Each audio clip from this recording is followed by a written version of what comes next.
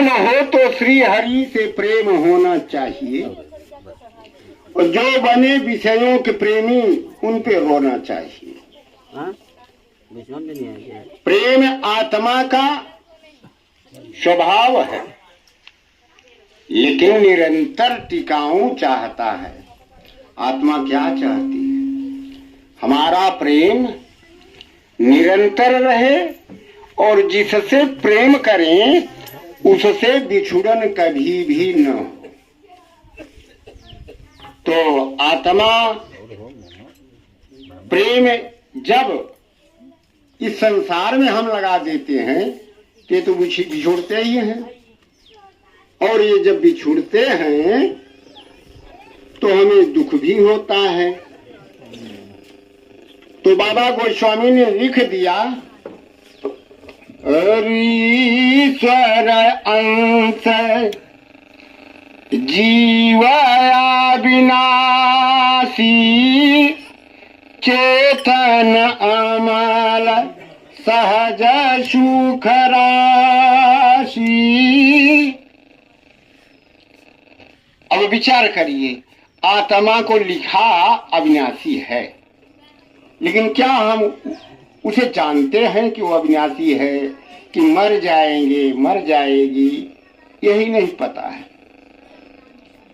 इसी का पता लगाना ही धर्म है, और इसी पर सारे धर्म ग्रंथ लिखे गए हैं, चाहे वो कुरान हो, बाइबिल हो, रामायण हो, गीता हो, वेद हो।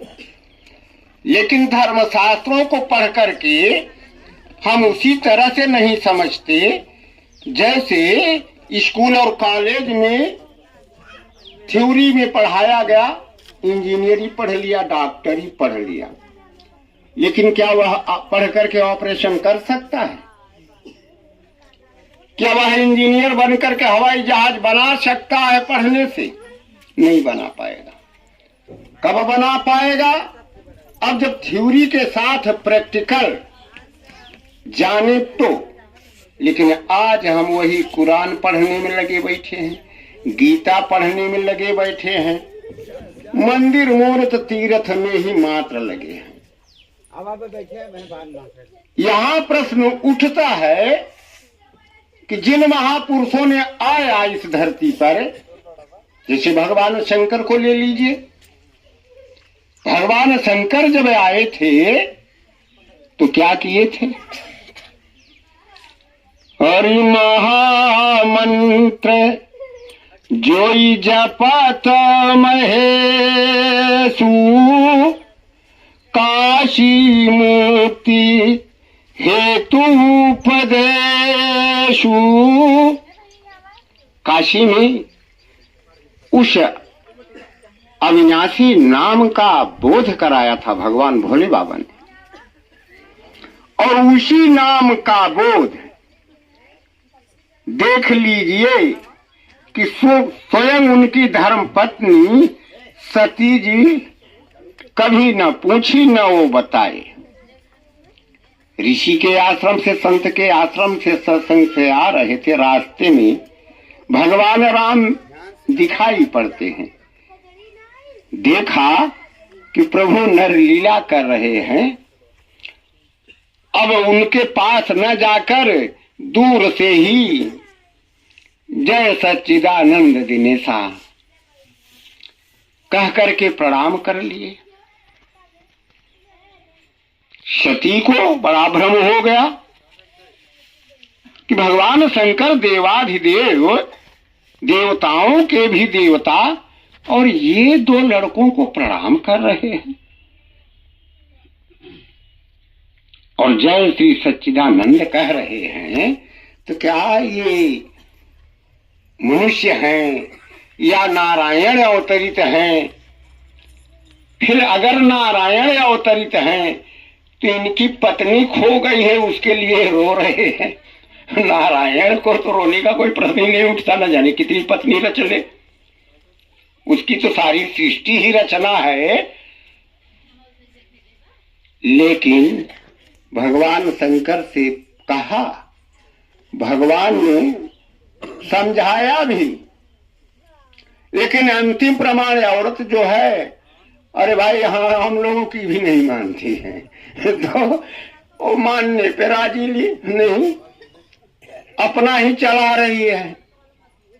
भगवान शंकर ने कहा हुई है वो है जो राम रच राखा को कर तर्क बढ़ावे शाखा। कितना तर्क दूं, अब जाकर के परीक्षा ही ले लो। सती ने परीक्षा लिया, सीता का रूप धारण करके परीक्षा तो लिया, सीता का रूप धारण कर लिया। इधर लक्ष्मण महाराज देखते हैं तो बड़ा खुश हो जाते हैं कि माता जी मिल गई। और भगवान राम प्रणाम करके कह रहे हैं माता जी, अरे भोले बाबा कहाँ है, हमारी औरत को कोई उठा ले गया, आप अकेली विचरण कर रही है, ठीक बात है। तब तो सती जी को बड़ी ग्लानि हुई कि भगवान भोले बाबा बता रहे थे कि ये घट घट भाती अविनाशी है, हर घट की जानने वाले हैं, और फिर बहुत सारी लीला दिखा दिया। ग्लानि हुई तो जिधर भी देखती हूँ उधर राम सीता लक्ष्मण, राम सीता लक्ष्मण, जिधर घूमती हूँ उधर राम सीता लक्ष्मण। कितने हो गए कोई गिनती नहीं। तब थक करके आंख मूंद कर बंद बैठ गई। फिर आंख खोलती है तो देखती है वही राम लक्ष्मण जा रहे हैं। आया भगवान भोले के पास तो क्या भगवान ने कहा कि परीक्षा लिया, तो देखिए यहां भी सच नहीं बोल रही, कह रही नहीं आपने कहा ना कि ये त्रैलोकीनाथ है, नरलीला कर रहे हैं। हम थोड़ा दूर गई और फिर मान लिया कि भोले बाबा तो जानते ही हैं, वो सच कह रहे हैं। वो भगवान का ध्यान जरा सा लग गया, उतने में सब कुछ देख लिया। कैसा देख लिया, तो लिखा तो है ब्रह्मानंद स्वामी ने, जिम दूध के मथन ते निकलत है घी जतन ते, तिम ध्यान के लगन ते परम ब्रह्म दरस आवे। सब कुछ दर्शन हो जाता है, लेकिन जब ध्यान का लगन हो तो ना, लगन तो लगा लिया इस कचरे में। और कबीर ने कहा भी है कि मेरा हीरा हेराए गयो कचरे में, तो कचरे को हमने भर लिया अपने अंदर, ध्यान उसमें जा रहा है, वहां टिक ही नहीं रहा है, तो देखोगे कैसे। भगवान ने देखा कि तो माता का रूप धारण कर लिया इन्होंने, कहा ठीक, लेकिन मुख से नहीं कहा है। शिव संकल्प कीन मन माही, सती यह तन अब भेंट है नहीं। अपने मन में यह संकल्प ले लिया, लेकिन माता सती जान गई वो भी कोई साधारण नहीं है। लेकिन जब तक ज्ञान नहीं प्रकट होता तब तक तो भटकन रहती ही रहती है। वह भी विष्णु सहस्त्र नाम का पाठ कर रही है। वही भगवान शंकर का विरोध देखा, उनका अपमान देखा अपने पिता के, तो यज्ञ हवन कुंड में कूद करके शरीर को त्याग दिया। कहा जिस पिता ने हमारे पतिदेव का अनादर किया है उसके शुक्र से शरीर बना, इसको नहीं रखूंगी। और कूद गई तो वही पार्वती के रूप में जन्म लिया। लेकिन अब भी बड़ा मुश्किल, बड़ी तपस्या, भगवान भोले बाबा तो सती ने शरीर त्याग दिया तो ध्यानस्थ हो गए, यानी शक्ति विहीन ध्यान मस्त हो गए, विचरण करना डोलना सब बंद।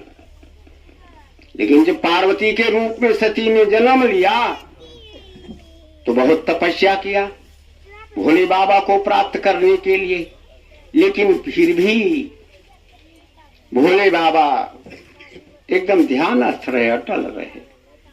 अंततो गत्वा ध्यान टूटता है, नारद बाबा भी आते हैं, विनती करते हैं प्रभु तारकासुर का आतंक बहुत फैल चुका है, आप पार्वती से शादी करिए, आपसे ही पुत्र पैदा होगा तो उसका वध हो सकता है।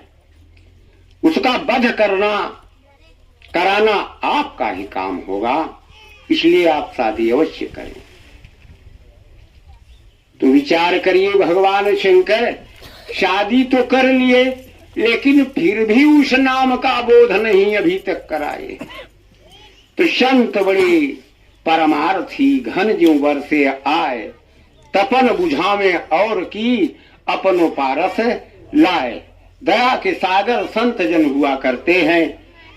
नारद बाबा को बड़ी दया आई कि भगवान भोले बाबा के साथ रहते हुए भी सती जन्म मरण के चक्र से नहीं बच पा रही हैं।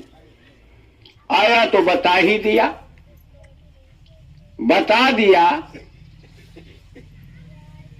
कि भगवान भोले बाबा से पूछ लो मुंड की माला का बहाना कि किसका मुंड है पहन रखे हैं। भोले बाबा ने कहा तुम्हारा। तुम जब भी शरीर छोड़ती हो तुम्हारा सिर का हम माला बना लेते हैं, इतना हम तुमसे प्रेम करते हैं। विचार करिए। तो सती ने कहा, पार्वती के रूप में पार्वती जी ने कहा कि ये बताइए वही भगवान है या कोई और है भगवान है जिसका ऋषि मुनि ध्यान करते हैं। कहा ये लो, भगवान पर तूने शंका किया, ये बड़ा गलत काम किया, लेकिन ठीक समाज के लिए एक शिक्षा भी देना चाहती हो पार्वती, इसलिए तूने यह प्रश्न किया। तो तुझे याद तो है, पार्वती को अब भी याद है जिस तरह से दर्शन किया है भगवान का, लेकिन फिर भी पहचान नहीं पाएगी। अगर भगवान आ जाए तो पहचान नहीं सकती। तो भगवान शंकर ने क्या कहा, सती जिस राम का हम ध्यान करते हैं उस राम को तू नहीं जानती। दर्शन तो उसी राम का किया है, लेकिन सगुण रूप में, साकार रूप में। और जब तक व्यापक सत्ता जो निराकार स्वरूप है परमात्मा का, उसका दीदार नहीं कर लोगी तब तक पहचान नहीं पाओगी। तो उसी का पहचान कराने के लिए बताया, और बिना पग चलाई सुनई बीन काना, कर बीन करम करही विधि नाना, तन बीन परश नयना बीन देखा, ग्रही घ्राण बिन वास विशेषा, आनन रहित सकल रस भोगी, बिन बाणी बत्ता वड़ जोगी। बिना शरीर के स्पर्श करते, बिना हाथ के सारा कर्म करते हैं, बिना नाक के सारी सुगंध लेते हैं, और बिना मुख के, बिना वाणी के बहुत बड़े वक्ता और बहुत बड़े योगी हैं, उनको तुम नहीं जानती। तो उन्हीं को जनाया अंबरनाथ गुफा में ले जाकर के, उसी विश्व स्वरूप का, आत्मा स्वरूप का दर्शन कराया। दर्शन कराया तो सुखदेव महाराज भी दर्शन कर ही लिए, वो तो सो गए। बन गई बात एक तोता की। विचार करिए, बताया किसको मिला, किसको? वही सुखदेव महाराज वेद व्यास के पुत्र के रूप में प्रकट हुए। विचार करिए, तो समय का महापुरुष, समय के गुरु और समय का राजा और समय का डॉक्टर ही काम आएगा। स्वयं वेदव्यास महाराज हैं। संजय ने पूछा कि प्रभु, आपने दिव्य नेत्र हमें प्रदान किया तो हम सारा धर्म क्षेत्र कुरुक्षेत्र का नजारा देख करके धृतराष्ट्र को बताया, लेकिन भगवान कृष्ण ने अर्जुन को कौन सा ज्ञान दिया, यह आप मुझे बताइए। कहा संजय, यह ज्ञान तो सुखदेव महाराज दे सकते हैं। समय के सदगुरु सुखदेव महाराज हैं। तो मेरा कहने का मतलब यह है कि महापुरुष जब भी इस धरती पर आते हैं तो पहचान कैसे करोगे? गुरु की पहचान उनके ज्ञान से होती है। जैसे तारा के पति को ही मारा है भगवान राम ने ही, लेकिन अब बताइए, क्या जिसके पति को मार दो उसकी पत्नी आपकी पूजा करेगी क्या? आरती उतारेगी? नहीं। लेकिन भगवान राम ही समझाते हुए काफी समझाया, अंत में किया क्या? तारा विकल देख रघुराया, दीन्ही ज्ञान हर लीन्ही माया।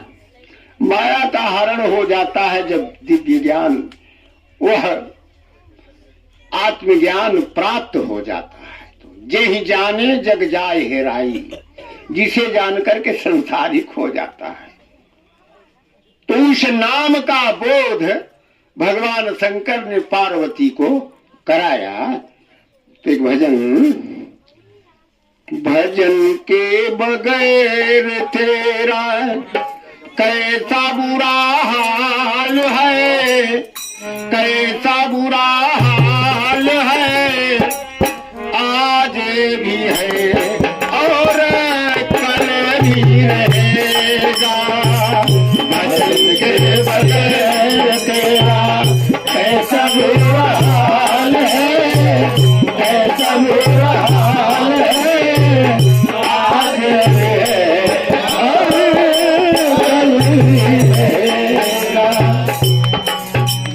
नाम सुमर बंदे मानुष तन से न पावेगा। नाम सुमर बंदे मानुष तन से न पाएगा। नहीं रख 84 में तू फिर भटका खावेगा। नहीं रख 84 में तू फिर भटका खाएगा। समता कुधार प्राणी जगत ये जंजाल है, जगत ये जंजाल है, आज भी है और कल भी रहेगा। समता कुधार प्राणी जगत ये जंजाल है, जगत ये जंजाल है, आज भी है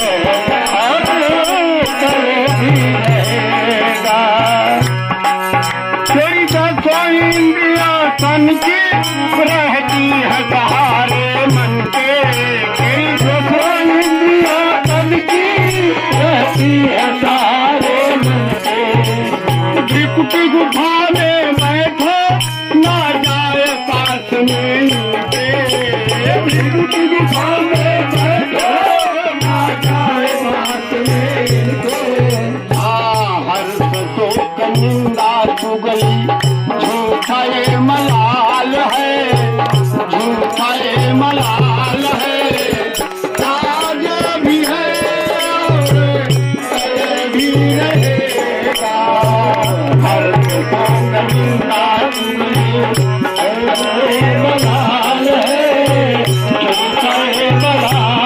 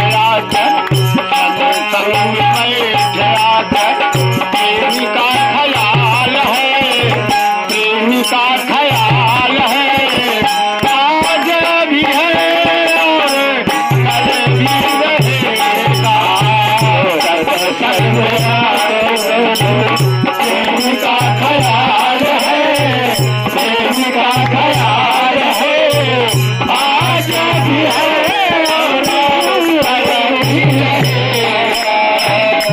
विचार करिए, हमारा मन, सबका मन शांति चाहता है, और बुरा हाल क्यों है? तो पहले ही कहा, तू नाम सुमर बंदे मानुष तन फेर न पावेगा, और नहीं 184 में फिर भटका खावेगा। विचार करिए, क्या 84 लाख जाना पसंद है?